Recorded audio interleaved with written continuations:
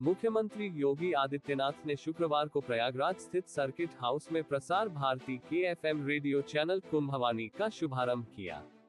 इस अवसर पर उन्होंने कहा कि महाकुंभ सनातन धर्म के गौरव का प्रतीक है और यह आयोजन विश्वभर में भारत की सांस्कृतिक और धार्मिक धरोहर को प्रदर्शित करता है। कुंभवानी के माध्यम से महाकुंभ से जुड़ी सभी जानकारियां, धार्मिक उद्धरण और कार्यक्रमों का सीधा प्रसारण उन लोगों तक पहुंचेगा जो इस महाआयोजन में भाग नहीं ले सकते। मुख्यमंत्री ने कहा कि कुंभवानी उन इलाकों में भी पहुंचेगा जहां कनेक्टिविटी की समस्या है। उन्होंने इस पहल के लिए प्रधानमंत्री नरेंद्र मोदी, सूचना प्रसारण मंत्रालय और प्रसार भारती का धन्यवाद किया। कुंभवानी के माध्यम से महाकुंभ के कार्यक्रमों और धार्मिक संदेशों को दूरदराज के गांवों तक पहुंचाया जाएगा, जिससे लोगों में धार्मिक आस्था और अधिक मजबूत होगी। महाकुंभ के महत्व पर प्रकाश डालते हुए मुख्यमंत्री ने कहा कि यह आयोजन केवल एक धार्मिक समागम नहीं है, बल्कि यह सनातन धर्म की विविधता और एकता का प्रतीक है। यहाँ पंथ, जाति और संप्रदाय का भेद मिट जाता है और सभी लोग एक साथ आस्था की डुबकी लगाते हैं। यह आयोजन विश्वभर से लाखों श्रद्धालुओं को आकर्षित करता है और भारत की आध्यात्मिक धरोहर का प्रचार करता है। मुख्यमंत्री ने कुंभवानी के महत्व को रेखांकित करते हुए कहा कि यह एफएम चैनल सनातन धर्म के गौरव और गरिमा को आम जन तक पहुंचाने में महत्वपूर्ण भूमिका निभाएगा। उन्होंने कहा कि प्रसार भारती ने 2013, 2019 और अब 2025 में कुंभवानी के नाम पर इस विशेष एफएम चैनल को शुरू करके एक सराहनीय पहल की है। इस चैनल के माध्यम से महाकुंभ के कार्यक्रमों का आंखों देखा हाल और धार्मिक उद्धरणों का प्रसारण होगा। मुख्यमंत्री ने कहा कि कुंभवानी से लोगों में सच्ची श्रद्धा का भाव जागृत होगा और यह सनातन धर्म के प्रति लोगों के मन में आस्था को और मजबूत करेगा। उन्होंने उदाहरण देते हुए कहा कि कोविड महामारी के दौरान जब दूरदर्शन ने रामायण सीरियल का पुनः प्रसारण किया तो उसकी टीआरपी में भारी वृद्धि हुई थी। इसी प्रकार कुंभवानी एफएम चैनल भी युवाओं के बीच लोकप्रिय होगा और प्रसार भारती को इसका लाभ मिलेगा। कुंभवानी चैनल 103.5 मेगाहर्ट्ज फ्रीक्वेंसी पर प्रसारित होगा और इसका प्रसारण 10 जनवरी से 26 फरवरी तक प्रातः 5:55 से रात 10:05 तक होगा। इस चैनल के माध्यम से महाकुंभ के सभी कार्यक्रमों और धार्मिक उद्धरणों को लोगों तक पहुंचाया जाएगा। इस अवसर पर केंद्रीय सूचना एवं प्रसारण मंत्री डॉक्टर एल मुरुगन ने मुख्यमंत्री योगी का आभार व्यक्त किया और कहा कि यह चैनल महाकुंभ के धार्मिक और सांस्कृतिक महत्व को जन जन तक पहुंचाने में सहायक होगा। उप मुख्यमंत्री ब्रजेश पाठक, जल शक्ति मंत्री स्वतंत्र देव सिंह, औद्योगिक विकास मंत्री नंद गोपाल गुप्ता नंदी और प्रसार भारती बोर्ड के अध्यक्ष नवनीत सहगल भी इस कार्यक्रम में उपस्थित रहे।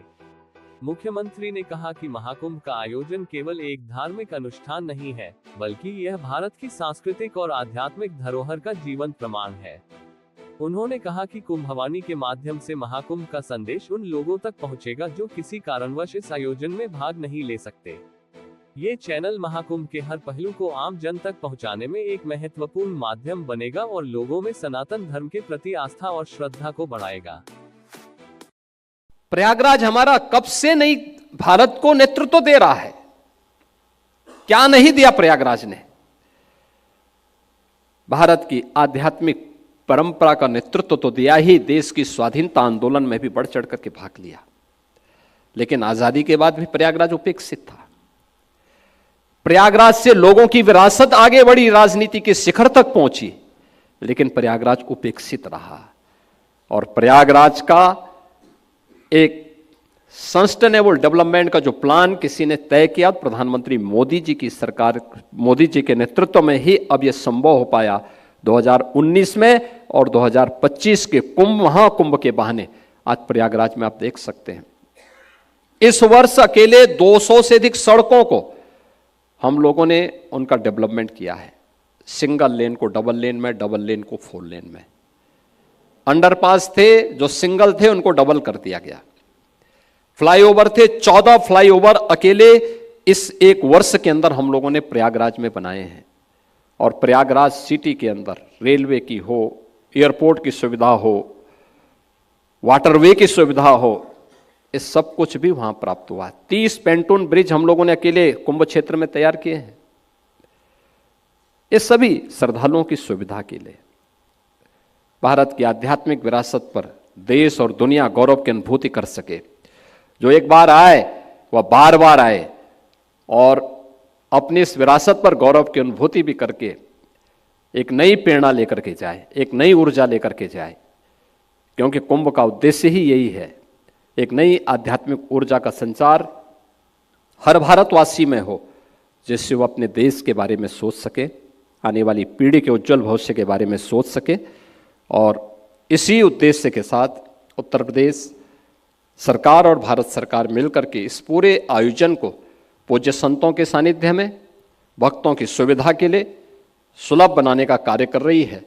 और मुझे पूरा विश्वास है कि आप सबके सहयोग से, आप सबकी शुभ कामनाओं के साथ कुंभ दिव्य होगा, भव्य होगा और अपनी आस्था और आधुनिकता के एक नए समागम के रूप में वैश्विक पटल पर अपनी एक नई छाप छोड़े।